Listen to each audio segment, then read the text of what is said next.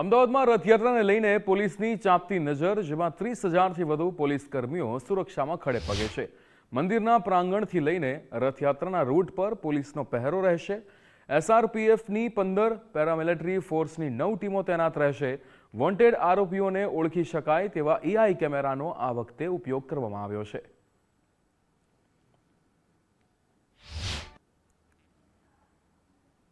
કાશ્મીર રથયાત્રાને લઈને સુરક્ષામાં કોઈ ચૂક ન થાય એને લઈને આ વખતે વિશેષ વ્યવસ્થા કરવામાં આવી છે।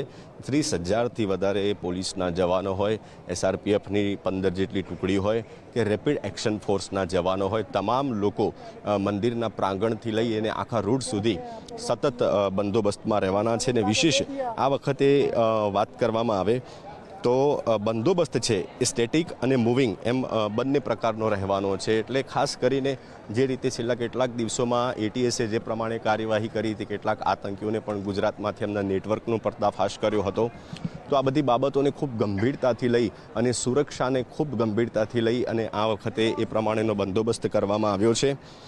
વિવિધ સ્થળોએ ચેકિંગ પોઈન્ટ હોય, બેરિકેડિંગ હોય કે પછી અલગ અલગ કોઈ ટેકનોલોજીનો ઉપયોગ કરવાની વાત હોય, બધી જ રીતે કડક વ્યવસ્થા ગોઠવવામાં આવી છે। રથયાત્રા પૂર્વે પણ અમદાવાદ પોલીસે કેટલાક અસામાજિક તત્વો સામે સફળ કોમ્બિંગ ઓપરેશન પણ કર્યું હતું। કેટલાક લોકોને એક જગ્યાએ એકત્ર કરી અને એમને વોર્નિંગ પણ આપવામાં આવી હતી। મારા કેમેરામેન છે વિક્કી, એ મંદિરના પ્રાંગણમાં આપણે બતાવી રહ્યા છે કે જે રેપિડ એક્શન ફોર્સના જવાનો છે એ સતત અહીંયા છેલ્લા કેટલાક દિવસોથી સતત અહીંયા સઘન સુરક્ષામાં ઉપસ્થિત છે। અને ગુજરાતના જે ડેપ્યુટી સીએમ છે, ગૃહમંત્રી છે હર્ષભાઈ સંઘવી, એમણે પણ મીડિયા કર્મીઓ સામે જ્યારે રૂબરૂ થયા હતા ત્યારે પણ ટેકનોલોજીને આ વખતે ખાસ કરીને આર્ટિફિશિયલ ઇન્ટેલિજન્સ એટલે કે એઆઈ ટેકનોલોજીનો પણ ઉપયોગ કરવામાં આવ્યો છે। આપ જોઈ શકો છો કે મંદિરનો જે પ્રવેશ દ્વાર છે ત્યાંથી લઈ અને મંદિરના સરાઉન્ડિંગ બધી જ જગ્યાએ ચપ્પે ચપ્પે પર પોલીસના જવાનો પહેરો ભરી રહ્યા છે। ડ્રોન સર્વેલન્સ છે, 1000થી બોડી વોર્ન કેમેરા છે, તેમજ પીક પોકેટર અને વોન્ટેડ આરોપીઓને ઓળખી શકાય તેવા સ્પેશિયલ એઆઈ કેમેરાનો ઉપયોગ પણ આ વખતના બંદોબસ્તમાં સુરક્ષામાં કરવામાં આવી રહ્યો છે। આ સાથે રથ જ્યાંથી પણ જે રૂટ ઉપરથી પસાર થવાના છે તમામ ચોકી પર પોલીસના જવાનો ઉપસ્થિત રહેશે। અને આખી જે રથયાત્રા પૂરી થાય ત્યાં સુધી ચપ્પે ચપ્પે પર પોલીસના જવાનો હોય કે પેરામિલિટરી ફોર્સના જવાનો હોય, તમામ લોકોની બાજ નજર રહેવાની છે। કેમેરામેન વિક્કીની સાથે જેડી ગુજરાતી, અમદાવાદ। દ્રશ્યો હાલ જે મળી રહ્યા છે જગન્નાથ મંદિરના આ દ્રશ્યો છે કે જ્યાં અમદાવાદની આ જગન્નાથ રથયાત્રામાં અમિતભાઈ શાહની પણ ઉપસ્થિતિ। અમિતભાઈ શાહના આ દ્રશ્યો મંદિર બહારના આ દ્રશ્યો છે કે જ્યાં અમિતભાઈ શાહ પોતાના સહપરિવારની સાથે પહોંચ્યા હતા।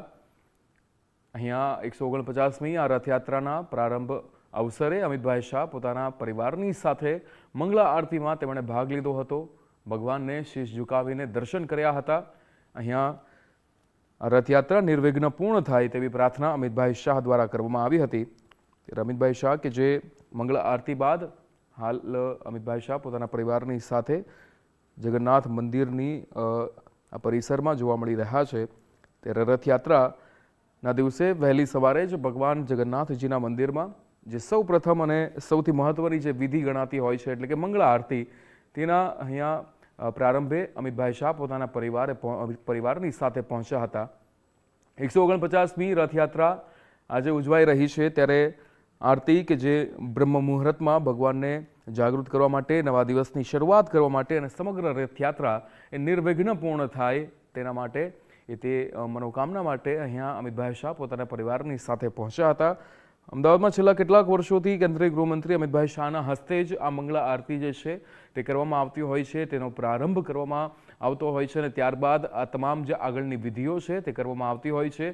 7 વાગ્યા બાદ રથયાત્રાનો પ્રારંભ પણ આ મંગળા આરતી કે જેને લઈને અહીંયા લોકોમાં પણ ઉત્સાહ હોય છે। અમિતભાઈ શાહ ખુદ અહીંયા પરિવારની સાથે આવતા હોય છે, મંગળા આરતીમાં ભાગ લેતા હોય છે।